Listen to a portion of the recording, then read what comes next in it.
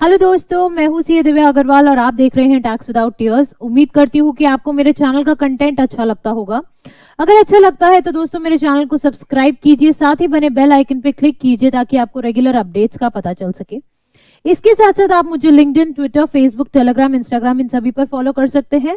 और साथ ही दोस्तों आपकी रिक्वेस्ट पे ऑलरेडी मैं अपनी mobile application Tax Without Tears ला चुकी हूँ। लिंक आपको नीचे comment box and description box में मिल जाएगा, जहां पे जो बेसिक कंसर्न होते हैं, रिटर्न्स कैसे फाइल करनी है, इनपुट कैसे लेना है, 99C कैसे फाइल करना है, नोटिस की ड्राफ्ट कैसे बनाने, ये सारी चीजें आपको इजीली मिल जाएंगी। अब दोस्तों जैसा कि आपको पता है financial year is coming towards the end, यानी फाइनेंशियल ईयर 22-23 अब खत्म होने वाला है, लेकिन कुछ ऐसी एक्टिविटीज है जो हमें कंपल्सरी करनी है। तो आज दोस्तों इस वीडियो में मैं 8 ऐसी बातें बताने वाली हूँ, 8 इंपॉर्टेंट टॉपिक्स, जिन बातों का आपको ध्यान रखना ही है before closure of this financial year, और आपको ध्यान रखना है कि आप इसको कंप्लाई करें। साथ ही एक और बहुत ही इंपॉर्टेंट पॉइंट जो नॉर्मली मेरे पास आता है कि मैम इनपुट को लेके परचेजर के ऊपर तो बहुत सारी रिस्ट्रिक्शन है, बट बीइंग अ सेलर मैं क्या करूं अगर मुझे पेमेंट नहीं दे रहा है परचेजर, तो मैं कैसे ये इंश्योर कराऊं कि परचेजर या बायर से मैं पेमेंट टाइमली ले सकूं। तो दोस्तों आज मैं इसके सोल्यूशन के साथ आपके सामने आई हूं। तो ये 8 important topics along with the solution कि किस तरह से आप पेमेंट अपनी रिकवर कर सकते हो बायर या परचेजर से, वो दोनों ही चीजें आज मैं आपके साथ डिस्कस करने वाली हूं। तो वीडियो के एंड तक बने रहिएगा। अब दोस्तों सबसे पहला कंसर्न क्या आता है, सबसे इंपॉर्टेंट टॉपिक आता है कि आपको लिंक करना है अपना आधार विद पैन। अगर आपने पैन नंबर को लिंक नहीं किया आधार के साथ, ठीक है, तो आपका पैन नंबर इनऑपरेटिव हो जाएगा। बहुत बड़ा मेन वेबसाइट पे इनकम टैक्स की ये लिखा हुआ है, link your Aadhaar, unlinking the pan will make your PAN inoperative with effect from 1st April 2023। तो ये आपको बेहद इंपॉर्टेंट है आपके लिए कि अब आपको फाइनली आधार पैन को लिंक करना है, इसमें आप डिफॉल्ट नहीं कर सकते हो। दूसरा दोस्तों जीएसटी की वेबसाइट पे हमेशा यहाँ पे नोटिफिकेशंस आती रहती है।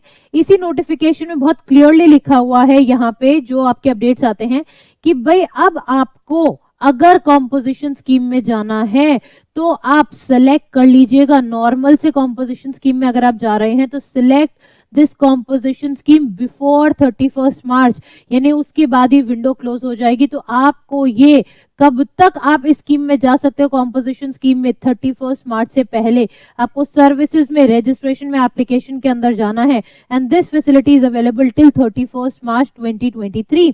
Again this second important point. Now third important point दोस्तों, अभी तक हम जब भी ई इनवॉइस बना रहे थे जिसका भी टर्नओवर 10 CR क्रॉस कर चुका था, हम लोग के ऊपर ना कोई HSN की कोई ऐसा बाउंडेशन नहीं थी। ऑल्दो हाँ टैक्स इनवॉइस में हमें पता था कि हमें 6 डिजिट का तो डालना ही है। तो अब कंसर्न क्या, ई इनवॉइस में भी ये नोटिफिकेशन आ गया है कि mandatory reporting of 6 digits HSN code as per this notification. तो यानी अभी तक क्या हो रहा था कि ई इनवॉइस सिस्टम जो है वो आपका 4 डिजिट का भी HSN कोड एक्सेप्ट कर रहा था, लेकिन from now on it will not accept this 4 digit code, it has to be a 6 digit HSN code only. तो ये अब आपको ध्यान में रखना है कि अब आप ई इनवॉइस बनाते हुए भी सही HSN कोड डालें।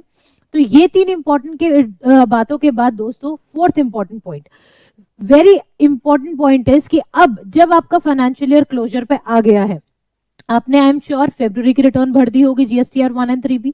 So now the concern is, now when you will be filing GSTR 1 and 3B for March 2023, आपको उससे पहले एक रिकंसिलिएशन स्टेटमेंट बनानी है। किसकी?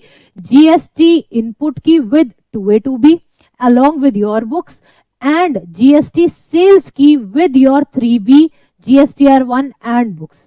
इससे क्या होगा दोस्तों, जहां पे भी आपके डिफरेंसेस हैं, कहीं आपने सेल ज्यादा दिखा दी है या कम दिखाई है, आपकी कुछ भी इश्यूज हैं, कोई इनवॉइस अगर आपका गलत गया हुआ है तो बहुत इजीली उसको मार्च की रिटर्न में ठीक कर सकते हो।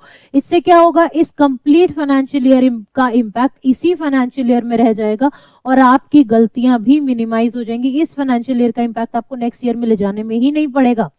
और साथ में आपको जब 9 और 9C भरोगे आप इस फाइनेंशियल ईयर की, तो आपको बहुत इजी हो जाएगा। Why? Because each and every impact, whatever omission or error you have done in the GSTR 1 and 3B for the financial year 22-23, वो सारा वहीं इसी फाइनेंशियल ईयर में क्लोज हो जाएगा। तो ये रिकंसिलिएशन बना लीजिएगा। Secondly, basis your turnover, rule 42-43, यानी इनपुट और कैपिटल गुड्स का जो इनपुट है, इनपुट गुड्स सर्विसेज का या कैपिटल गुड्स का जो इनपुट है, उसके रिस्पेक्ट में जो भी आपका रिवर्सल बनता है, अगर आप एग्जेम्प्टेड आइटम्स में डील कर रहे हो, तो वो सब भी आप एक साथ कैलकुलेट करके इसी पर्टिकुलर ईयर की लास्ट रिटर्न, यानी जो मार्च की अब 1 और 3 भी आप डालोगे, उसमें आप ले सकते हो impact. This will be very helpful when you will be filing your 9 and 9C for this particular financial year. तो इस तरह से आपका सारा इम्पैक्ट इसी फाइनेंशियल ईयर में हो जाएगा। देन मूविंग फर्दर, अब बहुत इंपॉर्टेंट पॉइंट क्या आता है, अगर आप एक्सपोर्टर हो तो आपके लिए एक लेटर ऑफ अंडरटेकिंग होनी बहुत जरूरी है।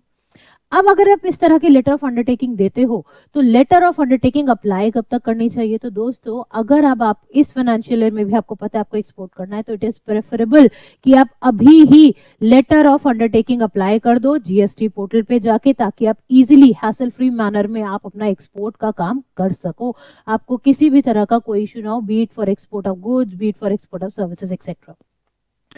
Another very important thing, being a buyer, suppose कीजिए मैंने अपने वेंडर को पेमेंट नहीं करी है within 180 days as per section 16, तो so I will be required to reverse the input tax credit along with the interest if not done within 180 days.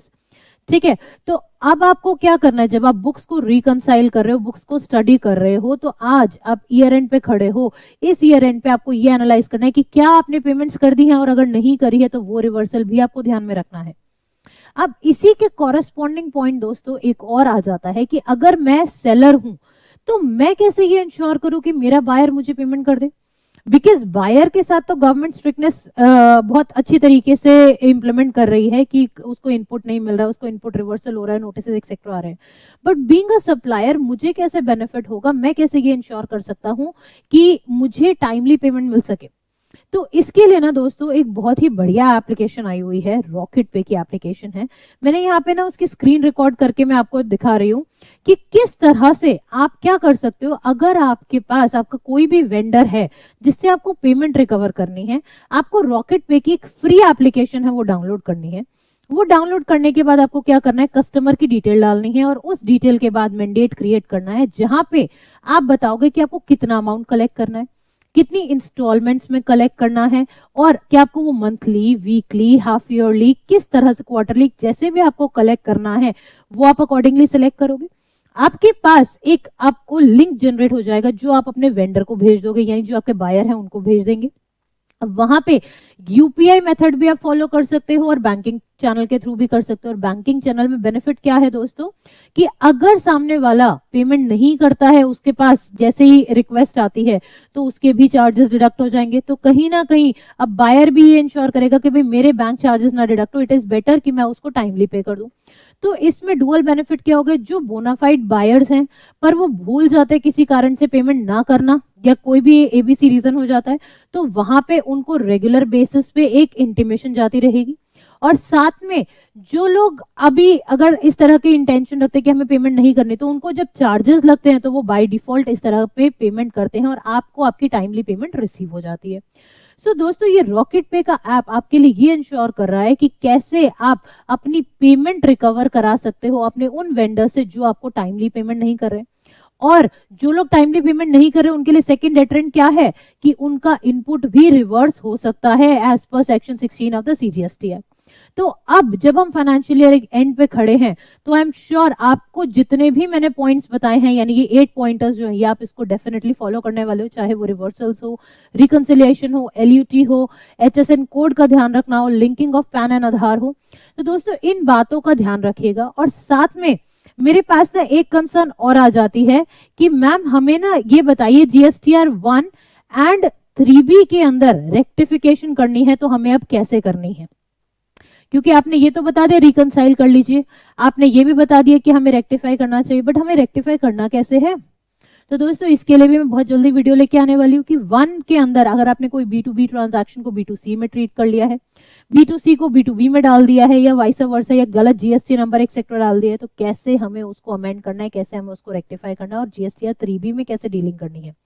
Meanwhile अगर आपको और जानकारी चाहिए कि जीएसटी की रिटर्न्स कैसे भरनी है, ई इनवॉइस कैसे बनाना है, ई बिल में कैसे जनरेशन होना है, तो इन सब के लिए दोस्तों आप मेरे कोर्स जो जीएसटी रिटर्न अपडेटेड है टिल डेट तक का, आप उसमें एनरोल करा सकते हैं। ये 7 आवर प्लस का कोर्स है और जो आपको कंप्लीट इनसाइट देने वाला है जीएसटी पोर्टल के बहुत सारे फीचर्स के बारे में, और साथ ही साथ return filing, reconciliation, 2A 2B etcetera के बारे में। उम्मीद करती हूँ कि आपको ये वीडियो अच्छा लगा होगा। अच्छा लगा है तो do share it among your professional circle, and जो भी आपको डाउट्स हैं, do put your doubts and concerns in the comment box. I will definitely take it up in the next video. Thank you so much and have a nice day.